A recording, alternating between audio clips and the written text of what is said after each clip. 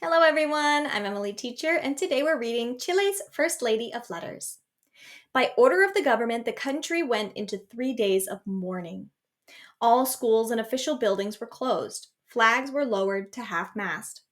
Was the nation lamenting the passing of the president or a famous general? No. The person whose death was being marked with such pomp was a poet. The country was Chile, the year was 1957, and the poet was Gabriela Mistral, born Lucilia Godoy Alcayaga. So we are going to learn about Gabriela Mistral, the famous poet of Chile. And she was so important to the country that the whole country mourned her when she died. So let's find out why. Lucilia grew up in Chile's Valley of Elqui, a place she alludes to frequently in her poems as an earthly paradise of vineyards, fig orchards, and green hills. Her father doted on his child, making a garden for Lucila and listening with delight as she talked to the flowers, birds, and insects. But his feckless ways and frequent absences caused quarrels between Lucila's parents. When the little girl was 3, her father disappeared from her life forever. Friends remembered her as a solitary child whose pensive ways cut her off from companionship. She compensated for this by creating a rich interior world for herself. By the age of 11, she was writing her first poems. So Lucila grew up in a beautiful place. She wrote poems about how beautiful it was, so she must have really loved it. And her parents, um, her parents would fight a lot. And when she was 3, her father left forever, left her family. So especially at a young age, this can cause a lot of trauma. So she became very introverted and cut herself off from companionship. So she just thought a lot, stayed inside her own mind, in her own imagination. So she didn't have a lot of friends. Um, and by the age of 11, she started writing poetry. When she was a young woman, unhappy love affairs brought trauma to Lucila's life. In one particularly bad incident, the young man committed suicide after being implicated in a crime. Believing that marriage and motherhood were not in her future, she consecrated her life to teaching, a calling she held in the highest regard, and writing poetry.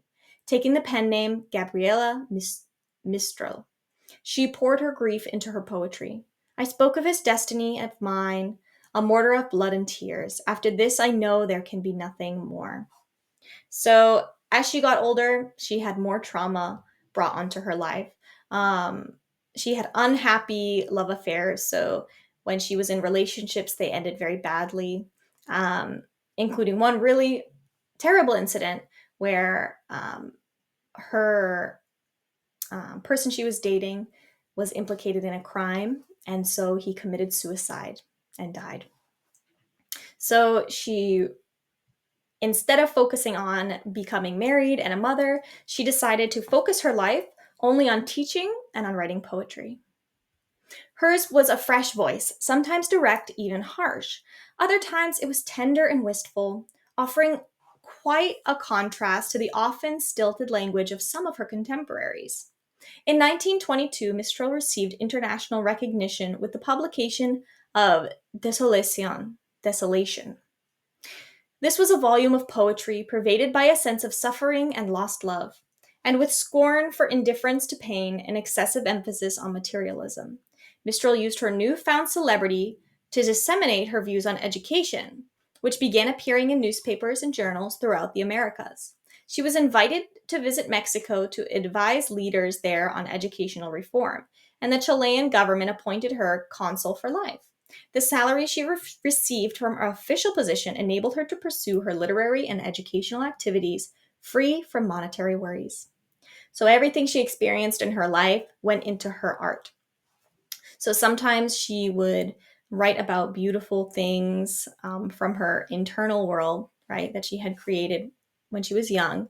And some of it was very sad and very, mm, very harsh because of the traumas of her life. And these voices in her writing were very different from others at the time. So she became very famous from that.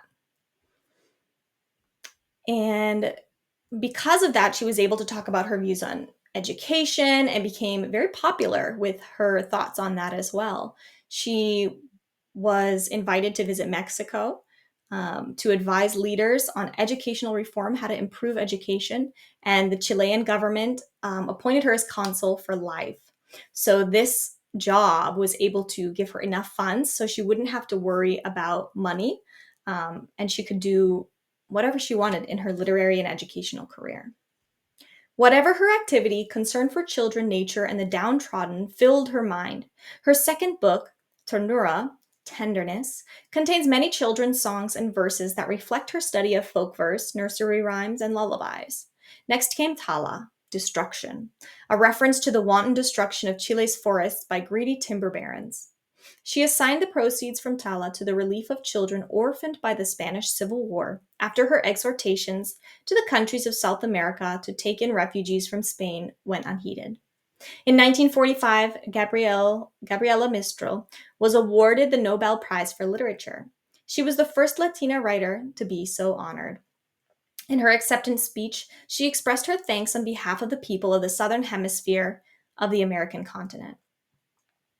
So, not only through her writing, but through the works that she did, she was a very generous and caring person. She cared so much about the conservation of nature, about how children were treated in the world, and how downtrodden people had been treated in their lives. So, throughout all the things that she did and by what she wrote, you could really see all of her concern for others in those things.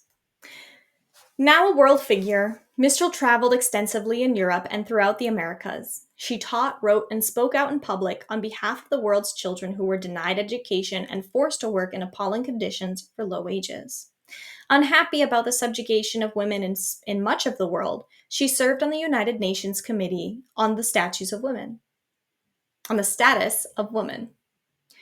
At the same time, she expressed highest admiration for the achievements of women in the United States and lived there for a time. She was staying with friends on Long Island when she died January 10th, 1957, at age 67. So, after she received her Nobel Prize for all the work that she had done, she continued to do even more work. She wrote, taught, spoke in public on behalf of children that were denied education, children who had to were forced to work in bad conditions and not make a lot of money. Um, and she also um, served on the United Nations Committee on the Status of Women to try and help the situation that many women were in the world. And she died in 1957 at only the age of 67, so quite young for a person to die. In Santiago, Gabriela Mistral's funeral was attended by hundreds of thousands of people, including many children, which was appropriate for a woman whose heart had adopted the children of the whole world and who had celebrated them in her poetry. Rivers are circles of children, running off to the sea as they play, waves of circlets of little girls embracing this world as they play.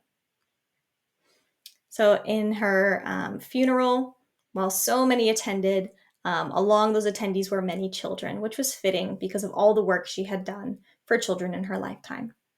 Thank you for reading with me today. We do have links that are related to each article. If you want the links related to this one here, you can find them just down in the description below.